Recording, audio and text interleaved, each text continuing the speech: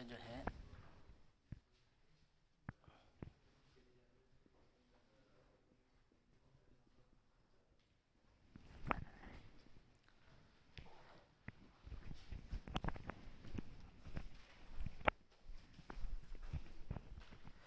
उतारो, पहले उतारो।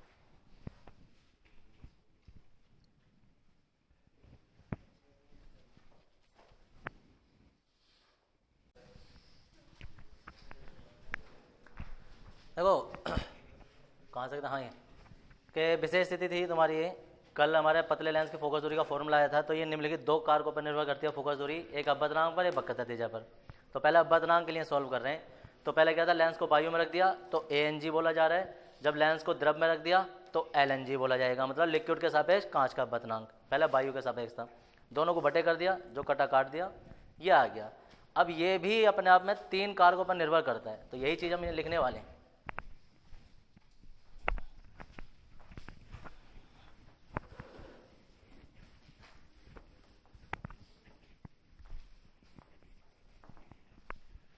कि ये तीन कारकों पर निर्भर कैसे कर रहा है। देखो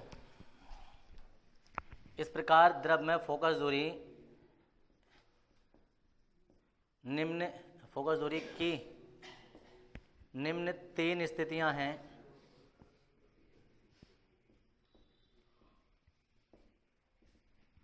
निम्न तीन स्थितियां हैं, और देखो क्या हैं।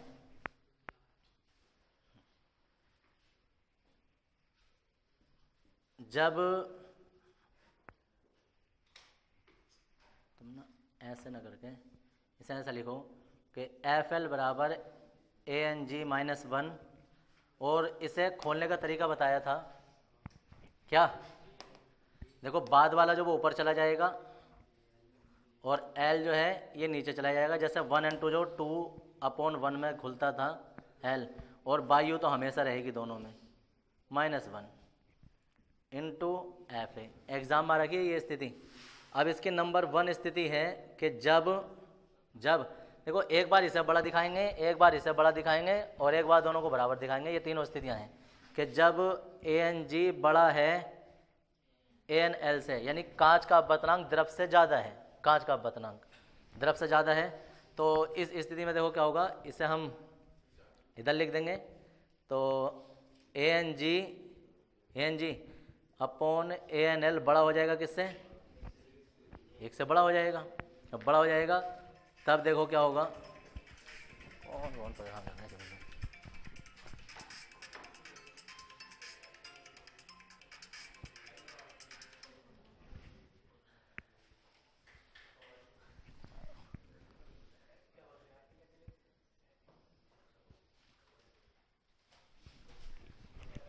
देखो तब क्या होगा कि अब ध्यान से यहाँ सोचने की बात है, क्योंकि हम फॉर्मूला रख नहीं सकते। FL ANG से हम कुछ नहीं कहेंगे। यहाँ की बात करो, यहाँ ANG अपॉन ANL का जो मान है वो मान है किससे, 1 से बड़ा है। 1 से बड़ा है मतलब कुछ भी हो सकता है, 2, 3, 4, कम से कम 1 से बड़ा होना चाहिए। तो सोचो 2 होगा, जब 2 हम यहाँ रखेंगे तो 2 में से 1 जाएगा, तो धनात्मक मान आएगा, ऋणात्मक 1 से। जब ये वाला मान, इसका अपोन का मान जो 1 से बड़ा है, तो जब 1 से बड़ा है तो 2, 3, 4, 5 कुछ भी हो सकता है। जब कुछ भी होगा तो उसमें से 1 जाएगा, तो धनात्मक मान बचेगा। तो यहाँ जो भी मान बचेगा हमारा, ये ऐसे करके ANG अपॉन ANL-1 गुणा FA बराबर बचेगा धनात्मक। तो जब धनात्मक मान बचेगा तो हम इसे ऐसे लिख सकते हैं कि FL बराबर जो है वो पॉजिटिव FA, मतलब इसका पूरा मान जो होगा, जब इसका मान धनात्मक आएगा, जब भाग करेंगे जो भी मान आए, लेकिन वो धनात्मक ही रहेगा, धनात्मक रहेगा। तो यहाँ प्लस का चिन्ह आएगा, मतलब FA का मान जो वो प्लस रहेगा। अब इससे क्या पता चला है, इससे ये पता चला है कि अगर ये वाला लेंस हमारा उत्तल है तो ये भी उत्तल ही रहेगा, अगर ये अवतल है तो ये अवतल ही रहेगा। क्यों? क्योंकि चिन्ह नहीं बदला है। अब पता चला यहाँ माइनस हो जाता तो ये प्लस था, ये माइनस हो गया, या ये माइनस होता तो फिर ये प्लस हो जाता। प्रकृति बदल जाती है, अगर जो उत्तल होता तो अवतल हो जाता, अवतल है तो उत्तल हो जाता। तो क्या है, हम यहाँ इसकी जो हिंदी लिखने वाले हैं वो ये लिखने वाले हैं कि जब कांच का अपवर्तनांक द्रव से अधिक होता है तो लेंस की फोकस दूरी तो बदल जाती है, कुछ ना कुछ यहाँ मान आएगा तो वो तो बदल जाएगी। लेकिन उसकी प्रकृति नहीं बदलेगी, उत्तल है तो उत्तल ही रहेगा, अवतल है तो अवतल ही रहेगा। ये पूछा जाता है कॉन्सेप्ट ऐसे करके कि जब किसी, ऐसे करके पूछा जाएगा, जब किसी लेंस को उससे अधिक अपवर्तनांक वाले द्रव में डुबाया जाता है तो लेंस पर क्या प्रभाव पड़ता है, या जब किसी लेंस को अधिक अपवर्तनांक वाले, मतलब लेंस को अधिक अपवर्तनांक वाले द्रव में डुबाया जाता है तो क्या प्रभाव पड़ता है, जब किसी लेंस को कम अपवर्तनांक वाले द्रव में डुबाया जाता है, मतलब उससे कम वाले में डुबाया जाता है तो क्या प्रभाव पड़ता है, और जब किसी लेंस को बराबर अपवर्तनांक वाले द्रव में डुबाया जाता है तो क्या प्रभाव पड़ता है। तीनों स्थितियां हैं। तो याद रखना इस टाइम फोकस दूरी नहीं ये फोकस दूरी तो बदल जाएगी, क्योंकि 2 3 4 5 कुछ ना कुछ हल करके यहाँ आएगा, तो दुगना आ जाए, तिगना आ जाए, जो भी आ जाए। तो हम कहेंगे देखो, इस प्रकार जब किसी लेंस को उससे कम अपवर्तनांक वाले द्रव में डुबाया जाता है तो उसकी फोकस दूरी तो बदल जाती है, फोकस दूरी तो बदल जाती है, परंतु प्रकृति नहीं बदलती है। जैसे, अब हम तुम्हें ये भी बताएंगे, जैसे कांच का अपवर्तनांक ANG बराबर जो है वो तो होता है 1.5, 1.5 ना लिख के तुम 3/2 लिख दो, ये फिक्स होता है। और हमने उसे जल में डुबा दिया तो जल का अपवर्तनांक यानी कि ANL जल का अपवर्तनांक वो होता है 4/3। अंतर समझो जरा, देखो इधर, ये हमारे पास जल रखा है, तो जल जो है वो वायु में रखा है, तो ये बोला जाएगा ANL, ये लेंस है, ये कहाँ रखा है, ये भी वायु में रखा है, तो ये बोला जाएगा ANG। अब हमने जो है वो लेंस को उठाकर इसके अंदर डाल दिया, तो अब बोला जाएगा LNG। समझ गए? द्रव अगर जो कहीं भी रखा है, कहीं भी किसी भी तालाब में है या किसी पात्र में कुछ भी है, तो जल का अपवर्तनांक जो है वो ANL बोला जाता है, क्योंकि वो वायु में रखा है। और अगर कहीं लेंस रखा है तो वो भी वायु में रखा है, ANG बोला जाएगा। अगर लेंस को उठा के जल के अंदर डाल दिया तो बोला जाएगा LNG, क्योंकि लेंस का अपवर्तनांक अब द्रव के सापेक्ष आ गया है। ठीक है? खोलने का तरीका क्या था? खोलने का तरीका यही था कि G ऊपर जाएगा, L नीचे जाएगा, A दोनों में लगेगा। तो अब जो है ये कांच का अपवर्तनांक है, ये जल का अपवर्तनांक है। कौन सा ज़्यादा है? देखो, इसका मान 1.5 होता है, इसका मान 1.3 होता है। तो कौन सी स्थिति बन गई है? ये वाली स्थिति बन गई। अब जब ये वाली स्थिति बन गई तो हम वैल्यू लगा देंगे समीकरण नंबर, इसे मान लो तुम 3। ठीक है? तो हम कहेंगे समीकरण नंबर 3 से क्वेश्चन क्या आएगा? क्वेश्चन ये आएगा कि जब किसी कांच के लेंस को जल में डाला जाता है तो उसकी फोकस दूरी पर क्या प्रभाव पड़ता है, ये करके क्वेश्चन आएगा। तो हमने इसमें वैल्यू लगा देंगे इसकी, यहाँ आ जाएगा 1.5 या 3/2 ही लिख दो, 3/2 - 1 अपॉन, यहाँ वैल्यू लगाओ, यहाँ आ जाएगा ऊपर 3/2 अपॉन 4/3 - 1 इंटू F है वायु में फोकस दूरी। 2 × 2 इसमें जाएगा तो 1/2 बचेगा। यहाँ ये नीचे आ जाएगा, ये 3 ऊपर चला जाएगा, 9 ऊपर और 8 नीचे, 4 दूनी 8 -1 इंटू F है 1/2 आ जाएगा, और 8 × 8 9 में से 8 जाएगा 1/8, ये 8 घूम का ऊपर और 2 नीचे, तो यहाँ आ जाएगा 8/2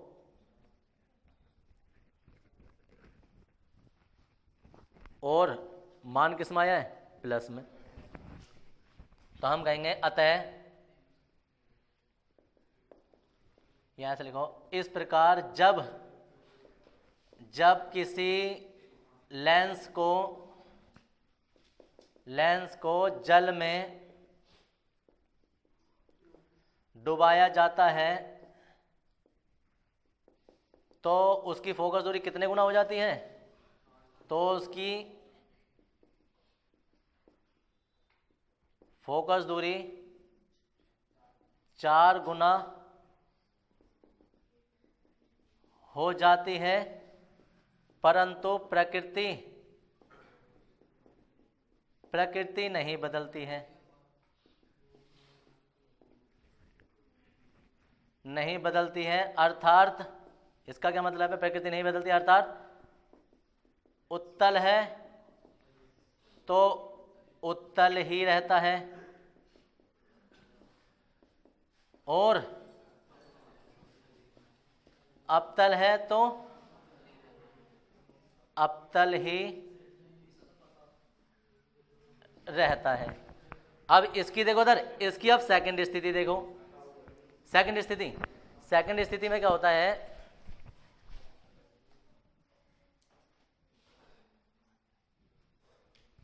देखो सेकंड स्थिति में क्या होता है कि सेकंड स्थिति में जब पहले क्या था, कांच का अपवर्तनांक बड़ा था द्रव से, अब क्या द्रव का बड़ा हो जाएगा,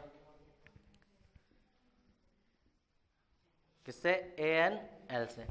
ऐसा संभव है कि द्रव जो है वो कांच से ज्यादा गाढ़ा हो जाए? हो सकता है। कैसे?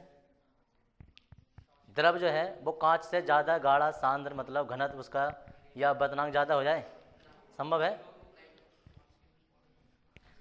तो जी बहुत आसानी से संभव है, क्योंकि मरकरी जो होती है ना, मरकरी दूसरे तीसरे नंबर पे सबसे दुनिया में सबसे ज़्यादा घनत्व वाली होती है। सबसे ज़्यादा घनत्व जो होता है ओस्मियम का होता है, उसके जस्ट बाद में मरकरी का ही नंबर आ जाता है। कांच तो बहुत पीछे रह जाते हैं। अगर हम कांच के लेंस को मरकरी में डुबाएंगे ना, तो मरकरी का अपवर्तनांक इससे बहुत ज़्यादा होता है, कांच से ज़्यादा होता है, याद रखना। तो मरकरी जो होता है ना वो द्रव होता है। तो जब AnG जो है वो छोटा है किससे? लिक्विड से, द्रव का अपवर्तनांक कम है। तो अब देखो इस स्थिति में क्या होगा, इसे नीचे लेकर आओ, क्योंकि हमें तो इनके अपोन का मान लगाना है। तो आप कहे इसका अनुपात जो है वो 1 से छोटा है। 1 से छोटा मतलब आधा हो सकता है या कुछ भी 1/4 हो सकता है, ऐसा है। समीकरण में लगा दो मान। समीकरण कितने से? 3 से। उधर लगाओ यार मान, जगह नहीं है। समीकरण नंबर 3 से वैल्यू लगा रहे हैं। समीकरण 3 से जब मान लगाएंगे तो FL बराबर जो है यहाँ आ जाएगा AnG -1 और यहाँ AnG upon AnL -1 into FA। अब फिर सोचो जरा कि AnG अपॉन AnL का जो अनुपात है वो 1 से छोटा है। 1 से छोटा मतलब सोचो 0.5 ही होगा। 0.5 में से बन जाएगा, कुछ भी हो लेकिन ऋणात्मक मान आएगा। ऋणात्मक मान आएगा, यहाँ भी ऋणात्मक बन जाएगा वो। तो हम बराबर में ऐसे लिखने वाले हैं कि माइनस और ये FA, इसका मान जो भी हल करके आएगा वो ऋणात्मक मान आएगा, कुछ भी आए। तो हम कहेंगे इस प्रकार जब लेंस को उससे अधिक अपवर्तनांक वाले द्रव में डुबाया जाता है तो उसकी फोकस दूरी तो जरूर बदलेगी। फोकस दूरी तथा प्रकृति दोनों बदल जाती हैं। मतलब इधर अगर जो उत्तल होगा तो उधर जो वो अवतल हो जाएगा, क्योंकि माइनस चिन्ह आ जाएगा। और अगर जो हमने पहले से ही माइनस लगा दिया तो माइनस से गुणा होगा वो प्लस हो जाएगा। जो भी लेंस हम यहाँ लगाएंगे, सोचो यहाँ उत्तल लेंस लगा देंगे तो वो माइनस से गुणा होगा अवतल बन जाएगा, अवतल लगाएंगे तो उत्तल हो जाएगा। यानी नए वाले लेंस की पुराने वाले लेंस की तुलना में प्रकृति बदल जाएगी। तो जी प्रकृति बदल जाती है। और अब आ जाती है थर्ड कंडीशन, और थर्ड कंडीशन है ये कि जब AnG का मान जो है वो बराबर है किससे? AnL के। ऐसा संभव है? देखो इसे नीचे ले आएंगे तो ANL बराबर हो जाएगा 1 के, क्योंकि हमें ये नीचे लिखाना होता है, अनुपात में मान लाएंगे तो ये नीचे होना चाहिए, इसे इधर नहीं लेके जा सकते, इसे नीचे ले आएंगे, बराबर आ गया। फिर दोबारा से मान लगा दो समीकरण नंबर 3 से। जब समीकरण नंबर 3 से मान लगाएंगे FL बराबर जो है वो ANG माइनस 1, और देखो इसकी जगह अनुपात की जगह क्या लगा देंगे 1 और माइनस 1 इंटू FA, 1 में से बन जाएगा 0, 0 तो भाग करेंगे अनंत, अनंत। अनंत फोकस दूरी किसकी होती है? 1 नंबर में क्वेश्चन आ रखा है बोर्ड में, कौन से लेंस की फोकस दूरी अनंत होती है? अनंत फोकस दूरी। अनंत का मतलब है कि वो कहीं भी लाइन जो है वो किरणें जो है ना वो नीचे को ना जाए ना ऊपर को जाए, जैसी हैं ऐसी ऐसी सीधी जाती रहे। तो कौन से लेंस में ऐसी किरणें जाएंगी जो कि ना नीचे को जाए ना ऊपर को जाए, सीधी जाती रहे? लेंस तुमने सिर्फ 2 सुने, एक तीसरा लेंस भी होता है समतल लेंस। जितने भी एक उसके गिलास डोर होते हैं ना, जो कांच के शीशे वगैरह होते हैं, सिंपल वाले जो होते हैं जिसमें आर पार नॉर्मली दिखाई देता है, वो सब समतल लेंस होते हैं, पारदर्शी होते हैं, समतल लेंस। तो देखो इधर हम कहेंगे अतः लेंस एक समतल पारदर्शी प्लेट की भांति कार्य करता है। समझ में आ गया हुआ है? अतः लेंस जो है वो एक समतल प्लेट की भांति कार्य करता है। ये थी इसकी 3 स्थिति। पता नहीं चल रहा कहाँ से शुरू की थी हमने, लेकिन चलो फिलहाल कहाँ से की थी भाई, यहाँ से स्टार्ट की थी। ये उतारना है, ये उतारना है, ये उतारना है, फिर उसके बाद में ये उतारना है। 3 स्थितियाँ थी। एक बार लेंस को जो है वो उससे कम अपवर्तनांक वाले द्रव में डुबाया गया है, एक बार लेंस को उससे ज़्यादा अपवर्तनांक वाले में डुबाया गया है, और एक बार लेंस को उसी के जैसे अपवर्तनांक वाले द्रव में डुबाया गया, यानी कि कांच में ही डुबाया गया होगा। उतार हो जाए तीनों।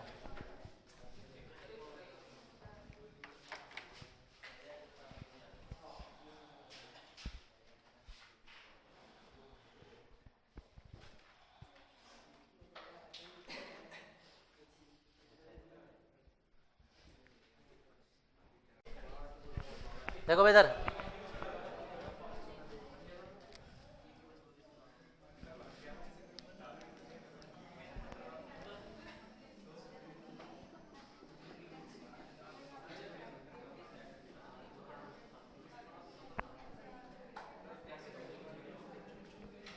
वक्रता त्रिज्या पर निर्भरता फॉर्मूला होता है, चूंकि 1/f बराबर जो है वो n-1 और 1/r1 माइनस 1/r2, ये फॉर्मूला होता है।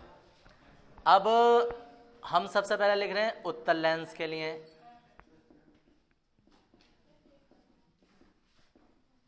देखो उत्तल लेंस के लिए, उत्तल लेंस जो होगा वो हमारा कुछ इस तरीके से होता है। लेंस यारा बन रहा है यार।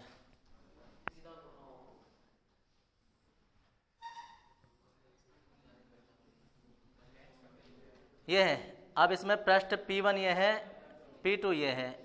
अब इसके जो वृत्त बनाएंगे वो ऐसा जाएगा, इसका जो वृत्त बनाएंगे वो ऐसे जाएगा। इधर जो होगा ऐसे करके इधर R1 होगा और 2 पृष्ठ वाला जो इधर R2 होगा। तो इधर से जब मूल बिंदु से हम दूरी लेते हैं तो उधर की सारी दूरी प्लस ली जाती है, इधर की सारी दूरी माइनस ली जाती हैं। तो हम कहेंगे कि R1 जो है, इसलिए 1/FA बराबर जो है वो n-1 यहाँ, और 1/R1 तो प्लस में रहेगा, माइनस 1/R2 जो है ये माइनस में रहेगा चिन्ह परिपाटी से। तो ये क्या हो जाएगा, देखो उत्तल लेंस के लिए अगर जो पतले लेंस का फॉर्मूला लगाएंगे तो 1/R1 प्लस 1/R2 लगाएंगे हम। और अवतल लेंस की बात करें हम, अवतल लेंस में तो अवतल लेंस देखो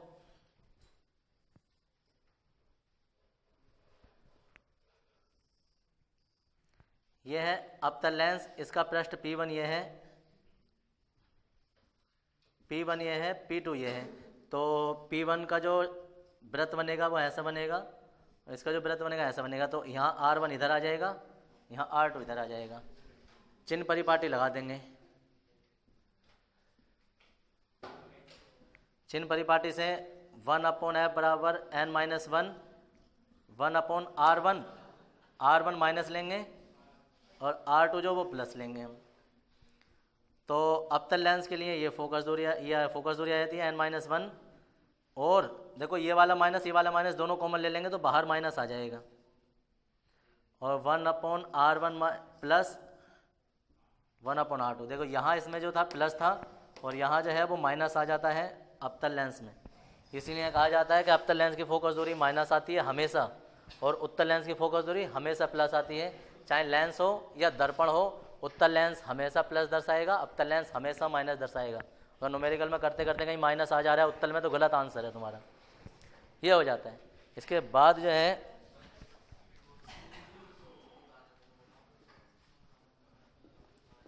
संयुक्त लेंस की फोकस दूरी, दो लेंसों को जोड़ेंगे आपस में, उनकी फोकस दूरी का व्यंजक निकालेंगे। कुछ नहीं लिखना है, ऐसे लिख दो।